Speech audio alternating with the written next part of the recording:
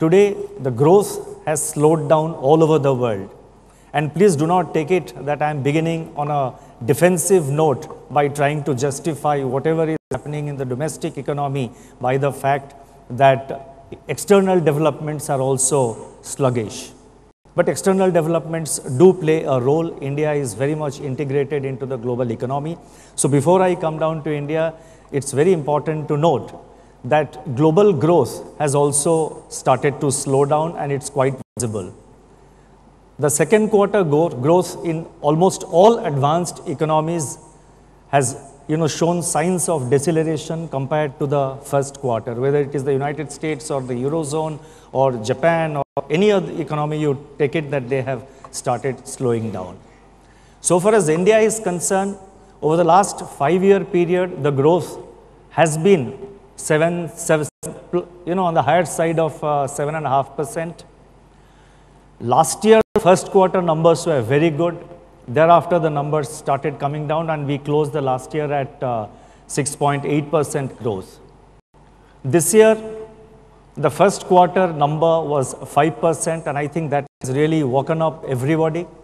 So far as the Reserve Bank is concerned, as early as February this year, we had noticed the signs of slowdown. If you see the Monetary Policy Committee resolutions of the Reserve Bank, and these MPC, these Monetary Policy Committee meetings are held every 2 months. If you see the minutes of the MPC, or if you see the minutes of individual members, and if you refer to my own minutes, we have clearly recognized that there are signs of growth slowing down. So we started the cycle of interest rate cut as early as February this year. And that was the time when United States, the US Fed was still in a tightening mode.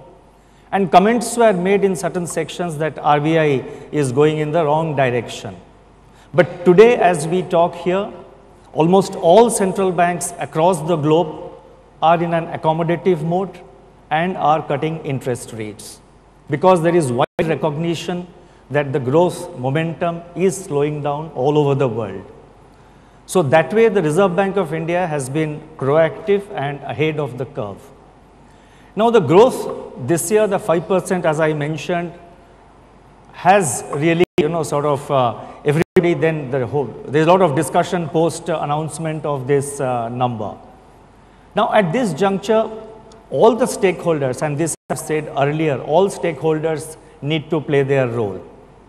The major stakeholders would be the policymakers, the government, the central bank, the Reserve Bank of India, the private sector. I think everybody has to play their role.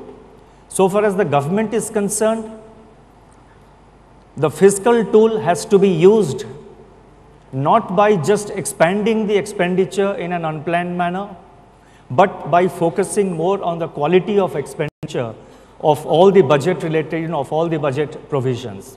And a positive thing is that there are, this is already happening, and it is things like, for example, the direct benefit transfer. Direct benefit transfer essentially focuses on improving the quality of the expenditure, prevent leakage of public money, and see that the benefit of the subsidy reaches the targeted population. So far as fiscal policy is concerned, the focus will have to be on quality of expenditure. It has to be also on certain structural reforms.